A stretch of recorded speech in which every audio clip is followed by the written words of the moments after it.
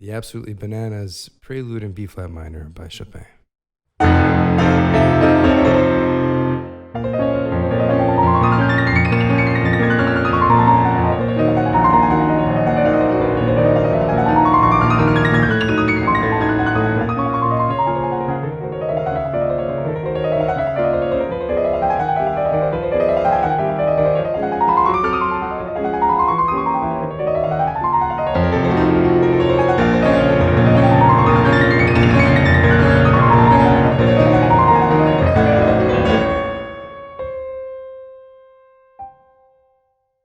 Some parts of the tutorial will be here on YouTube, but the rest of this tutorial series you can find in my library.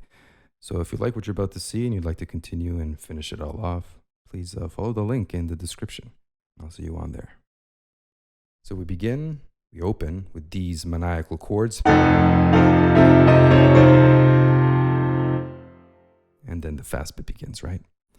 This opening, it kind of feels like maniacal screaming almost, except it's beautiful and musical.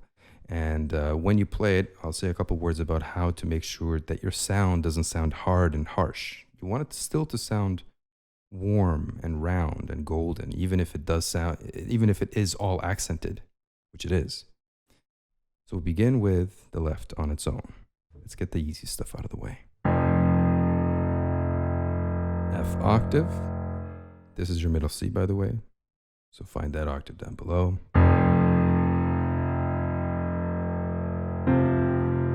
5, 3, 1, 5 times.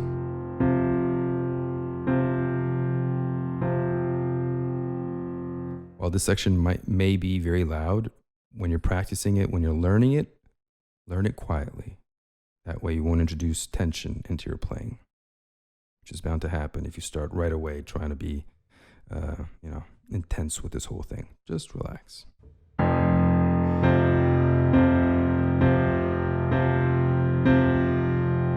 nice, loose, flexible wrist, and each one of these chords is going to be accented. Nice and heavy. But that's pretty easy, right? A bunch of repeating chords, nothing to it. In the right hand, we have the start 1 and 2, and this will repeat just the same way that this one repeated for the duration of the bar. This one will also repeat 6 times. So each one of these match with the left hand.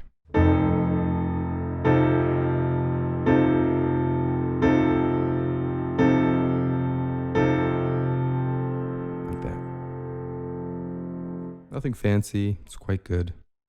And the only thing that does move is the top line.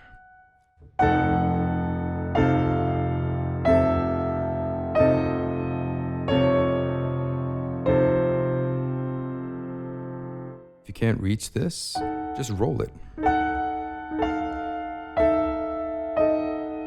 And then at the point that you can reach, play it solid.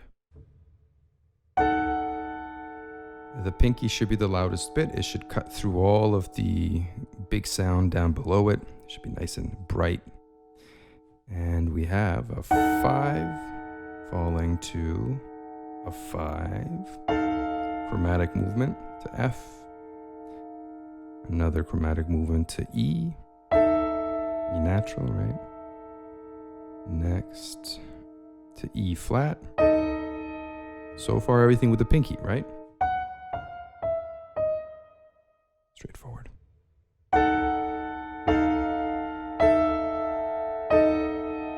When you get to the E flat, we then have a D flat, so it's no longer chromatic. You go from E flat to D flat there, and it's a 4. And the final chord, a 3. Or a 4. I think I find myself playing a 4 there, but technically speaking, I think a 3 makes the most sense.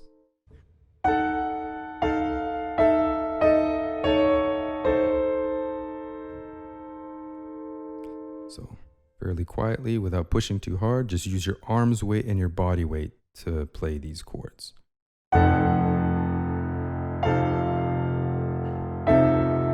Allow your wrist to breathe.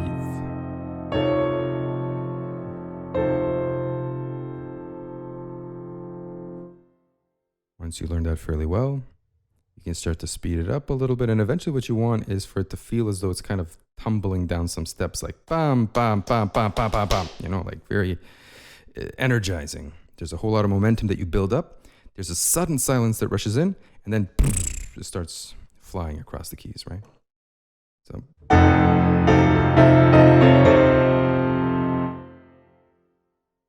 Cool.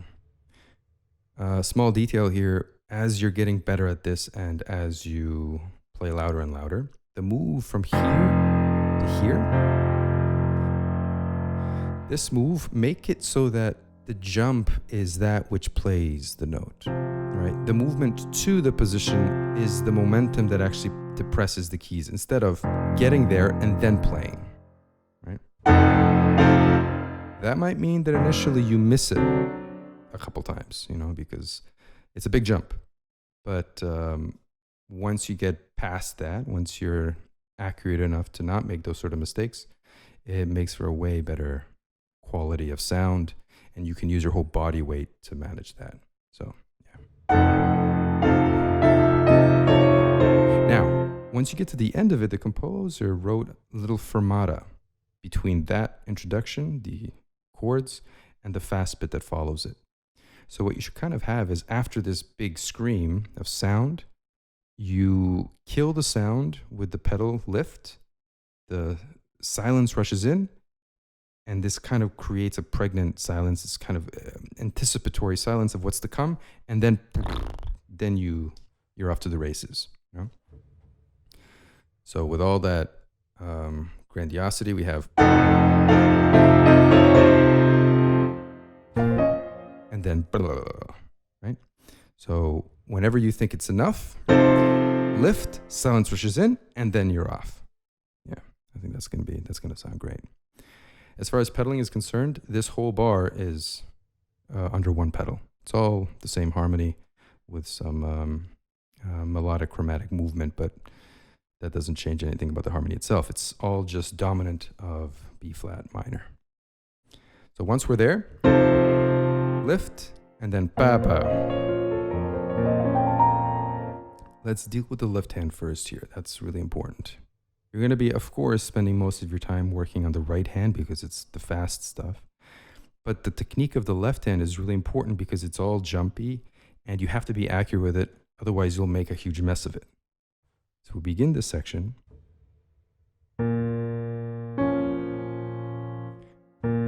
with a 4 on B flat,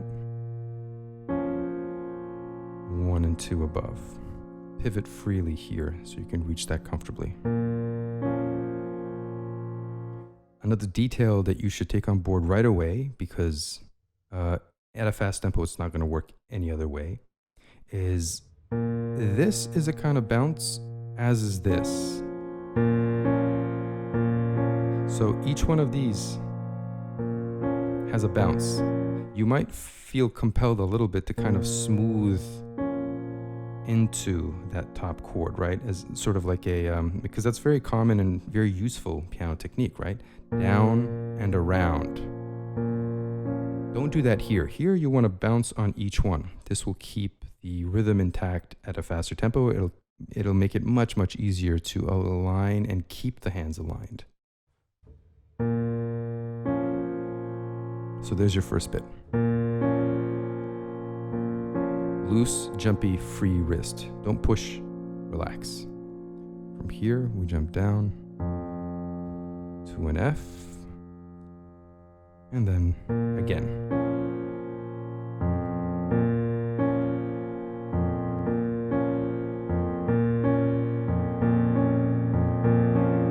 Don't speed up just yet. I'm just kind of showing you where you're headed, but for now, just nice and easy.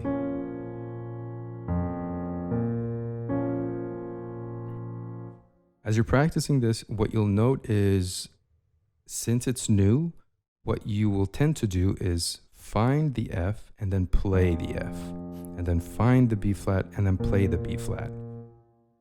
This is a mistake. That's two separate movements, right? Getting there and then playing it, those are two different things. The same way that I suggested here, that the movement that gets you up here is the same momentum that actually plays the note. I want you to do the same thing over here. The movement that gets you to the F is the movement that plays it, right? It's one motion to the F and then one motion to the B flat as well. So from here, don't arrive and then play. The arrival is the movement that plays. And as I said, you might find that you're a little less accurate this way, but it's necessary. So get over that hump early.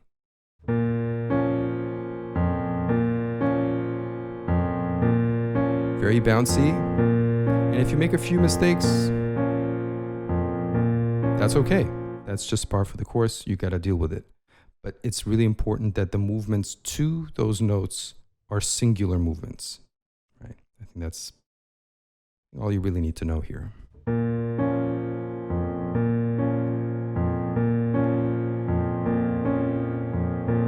As far as pedaling is concerned, it's really, I leave that up to you because some pianists play it completely dry. Some pianists keep the pedal down for the first full 2-3 bars because it's all the same harmony, right? It's all this. And some pianists change on each of these B flats. Change. And it kind of depends on the aesthetic that you want. Do you want all of this stuff to blend as like one big wave of sound, or you want them to be a little bit more crystalline and clear and dry? It's up to you. I'm gonna speak more in terms of what I do, but as a general rule with this piece, try to find the sound that you like. In general, because it's all in the same key, I like playing it with one pedal down. Maybe you think I'm cheating when I do that. Sorry, it's what I like. I'm sticking to it. All right, so practice that and make a good habit. Build really good habits with this.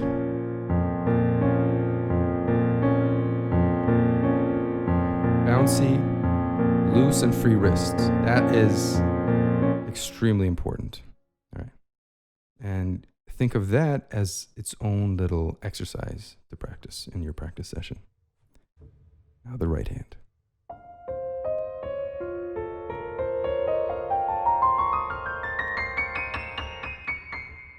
So we have to break this into digestible chunks, into groupings.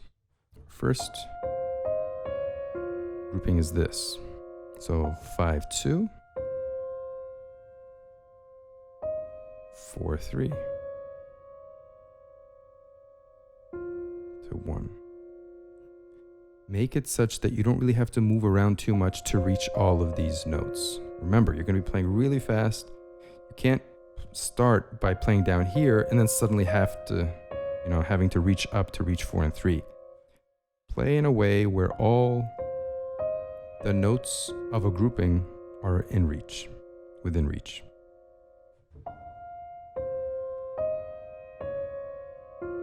There it is. That's your first bit. And this final note signals the ascent. So from 1, we then have 2, 3. Thumb underneath. 1, 2, 3. That's a grouping.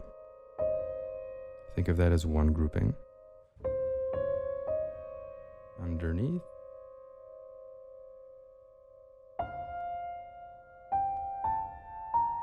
It's basically just a B flat minor harmonic scale. If you've ever played it, that's all it is. 1, 2, 3, 4. That's your next grouping.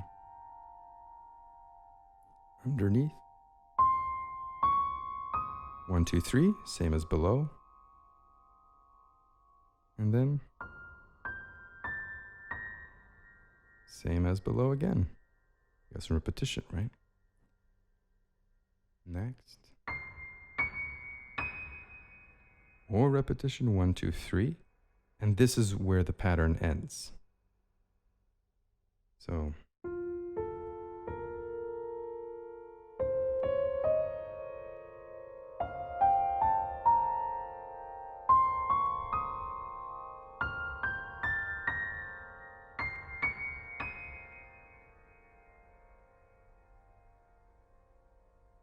once you have that fairly well figured out, start stitching them up. you want the thumb to move early so that it's in position for each new grouping, right? So don't let it hang out here and then suddenly you have to move, and then suddenly you have to move. While these notes are playing, the thumb is getting into position.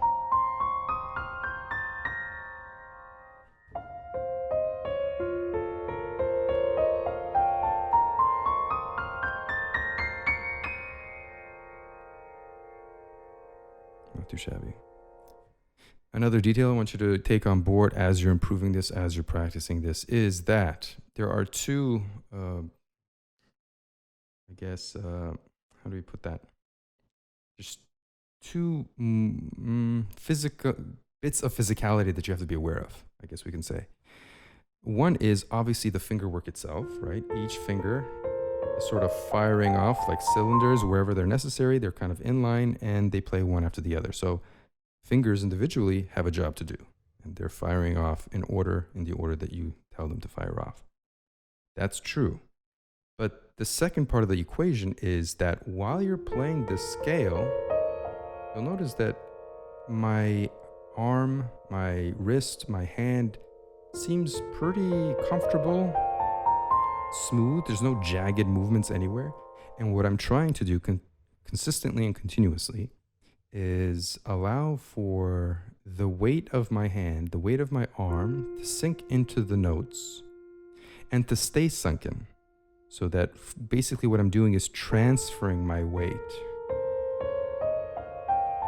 And my fingers are there to catch the weight and move on, but what I'm never really lifting my weight and repressing. That will be exhausting and basically impossible at a faster tempo.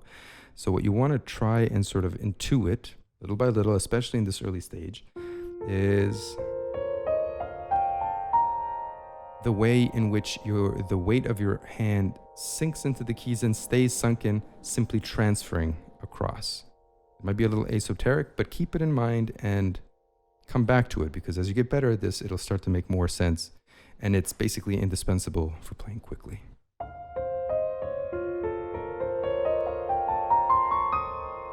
Okay, so where are we now? Here. From here, we then have a change, of course, in our pattern. A thumb. A thumb under the hand on E natural, followed by a 5 on F. Most of you probably haven't tried that. A thumb to a 5 when the notes are that close together. That then sets you up for the next grouping. 5, 3, 2, 1. Like that. So practice from that last grouping. Thumb, and then the next grouping. It's hugely important as well, because we have an ascent and your brain will organize that as a single thing made up of also single groupings. And then the descent, it's its own thing. So instead of having like a seam in between the ascent and the descent, learn the bridge, which is that. That is the bridge. So learn that as its own grouping, as its own little unit. Next. 3, 2, 4. And that 4 allows for the next grouping.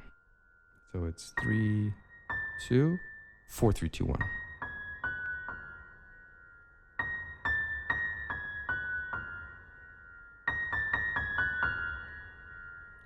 So the 3 on B flat is replaced by 4, and then we're down. Right? Stitch it up.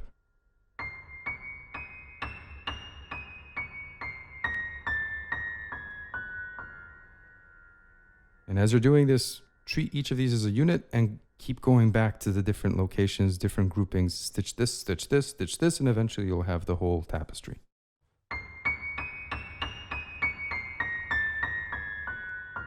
Here we are, moving on. 2, 4, 3, 2, 1. So it's 2, 4, and that 4 then signals the beginning of the next grouping. 2, 4, 3, 2, 1.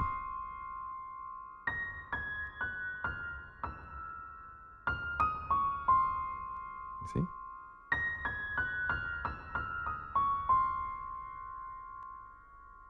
And all of those on all of those little dissonant chromatic notes, like the E natural, like the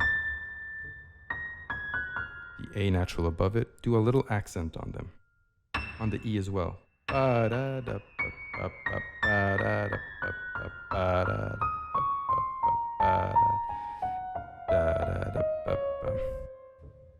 those little turns are really beautiful.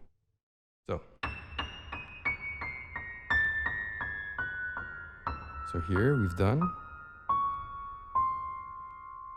And no surprise here, this 3, 2, 1 is the same as the 3, 2, 1 that started the descent, right? We had a 5, 3, 2, 1, but here we have a 4, 3, 2, 1. But the pattern thereafter is the same, right? 3, 2, 4. Just the way we had it up here, right? I want you to be aware exactly of when you begin a repetition. It'll make your life a lot easier. So once more, remember this as one beginning.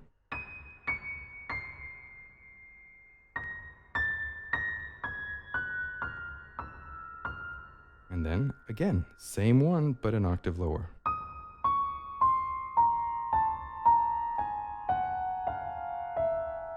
Look at that, it's all the same. Up to here. And here's where things start to change.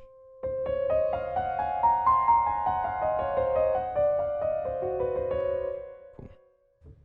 So once more, ascent. 3, 2, 1.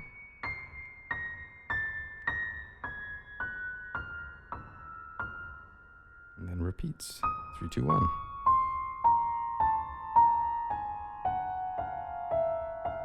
3, 2, 1. And this is where it's over.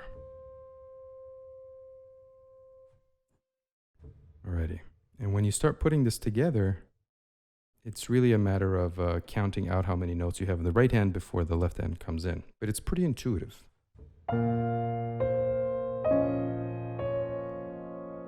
That's your start, right?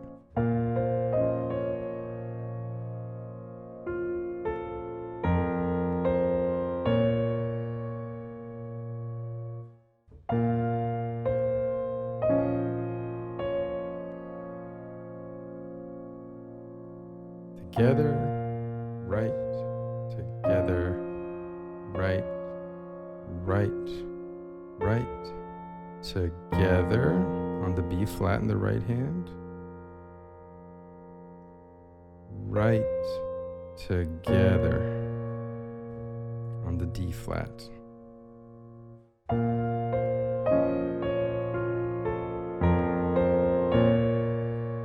Practice only this. Get comfortable with it, and notice that the left hand very smooth and legato, the right hand very smooth and legato, the left hand jumpy. So all of the things that I said, the jumpiness of it, retain that during the process of actually putting them together right now.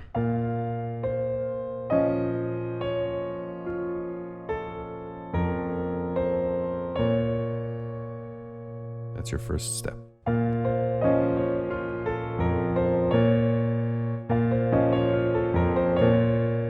take your time with that. All right, now this first part has been already excruciatingly long. I usually make parts that are only 10 minutes long. This one had to be 22, 24, whatever it was, minutes. And it was necessary to get all of these details into the mix. So if you'd like to finish it off and continue further into this piece, I won't leave too many stones unturned so that everybody can do a pretty swell job of this one. So join me on the website, and let's continue forward. I'll cover more of the hand alignment and then the next section as well. See you in just a bit.